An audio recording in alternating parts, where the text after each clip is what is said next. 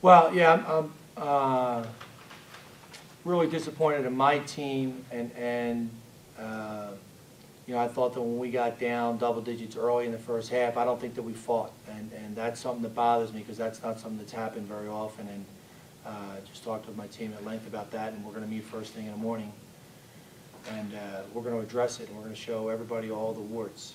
And I think there was a fair amount of them.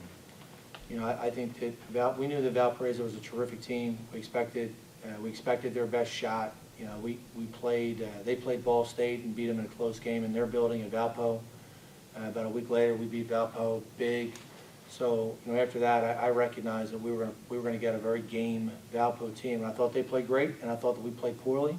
But I'm mostly disappointed in the intangibles that my team did not show today, and it's something that we're going to continue to address. And hopefully get everybody up to speed on that. I would just say that this is going to be a learning experience. That's how I'm going to use it. And a lot of ways you can look at it. But my perspective is we're going to learn from it. We're going to try and get better from it, and we're going to try and play our best game on Saturday.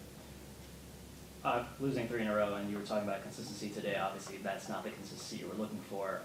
Did it feel like your team was hard pressed to get quick shots, especially as that points amounted?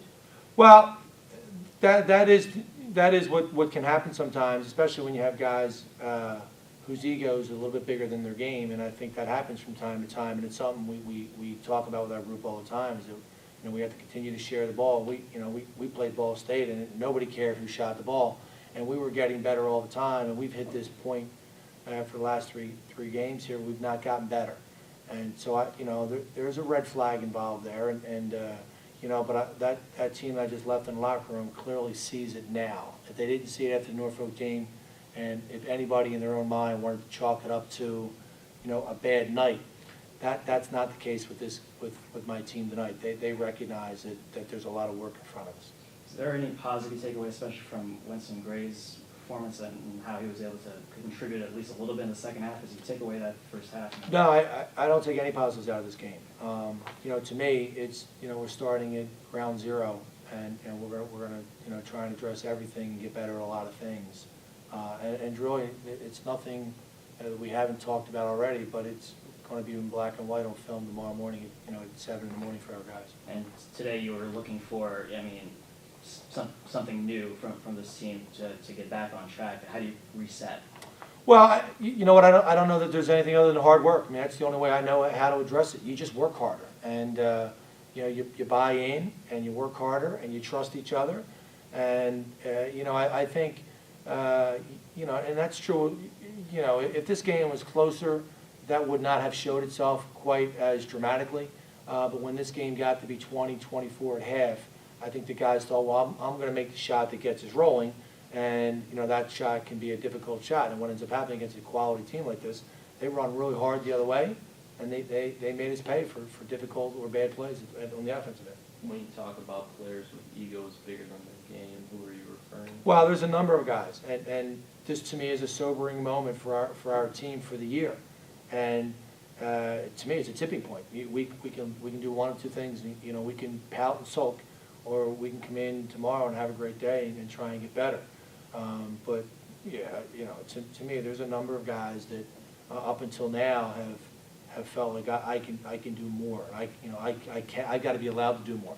And to me, that's not the approach. And the lesson will be learned if they haven't already learned it in this game tonight, playing against Valpo and how they play. Then we'll teach it here in the next few days again. Mm-hmm. You guys had struggled recently against zone defenses. Tonight they played pretty much all man-to-man. You ended up shooting like 20-something%. How do you explain that? Well, I don't. And I think we took some difficult shots. I thought that Joe McLean took a bizarre shot in the left corner, in the second half, and Winston Grace took a difficult one. I thought Andre Nation took one early in the game in transition where his feet weren't set. That was a shot that he knows that he shouldn't be shooting that shot without his feet being set. So part of it is take less threes and move the ball a little better and get a better shot. The other one is keep working, on your, outside of team practice and shoot hundreds and hundreds of shots. If you're in a funk, that's what you do. And we have some guys that do it, but we need to do more of it this week since we're not in class. You talked about leadership last game, and this is a lot of adversity, 3 straight losses. Do you expect someone to pop out of this? Well,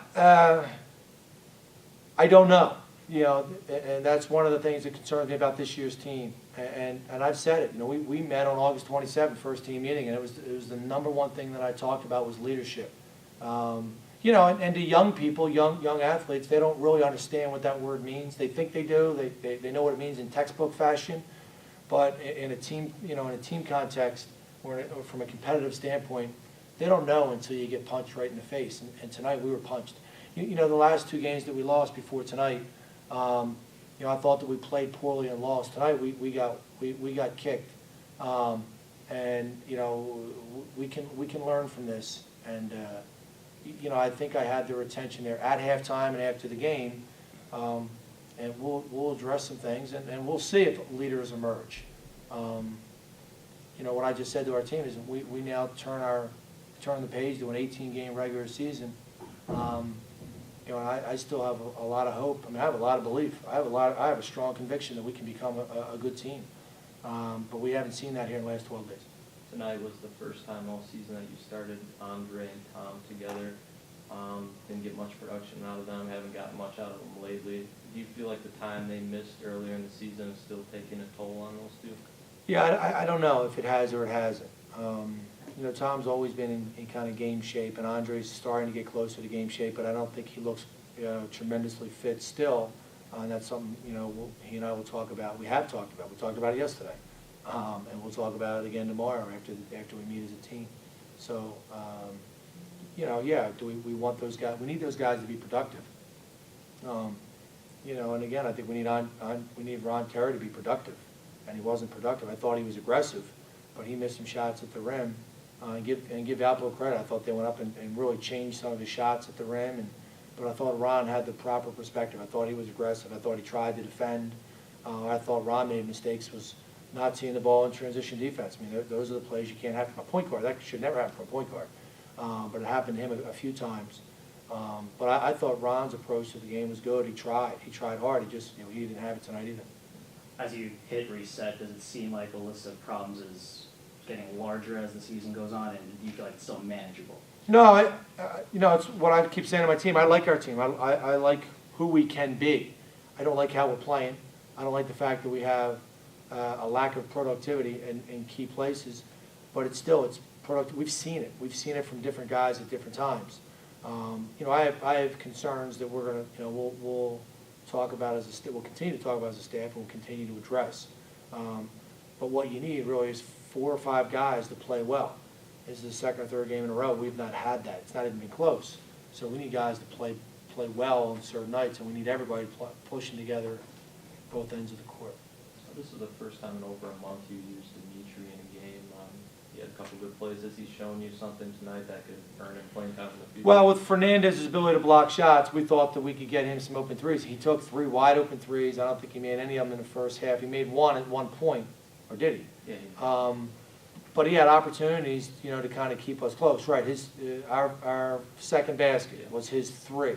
Then he had other opportunities to make shots, and I thought he struggled thereafter. He's a confident shooter. It's what he does well. I think that he did some things well in this game, and you know he's going to get some more opportunity going forward. He obviously made some mistakes because you know he's still young at the game, to be honest with you, and he made some mistakes in half-court defense. But he's very eager to improve. Thanks, Nicky.